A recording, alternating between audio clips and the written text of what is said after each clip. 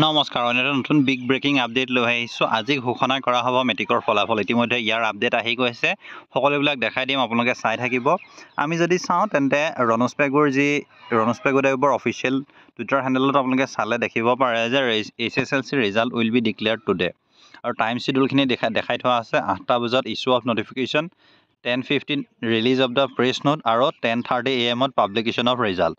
আৰু এইটো তেওঁ 11 এপ্ৰিল আজি টুইট কৰিছে। চ' আপোনালোকে অতি কম সময়ৰ ভিতৰতে ৰিজাল্টসমূহ লাভ কৰিব, ৰিজাল্টসমূহ চেক কৰিব। কোনকেইটা ৱেবছাইটত মই দেখাই দিছোঁ সেইকেইটা আপোনালোকে চাব পাৰে। sebaonline.org, resultassam.nic.in বা sebaresults.sebaonline.org।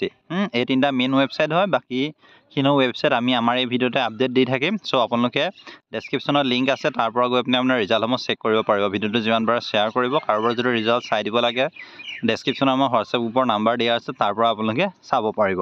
ধন্যবাদ।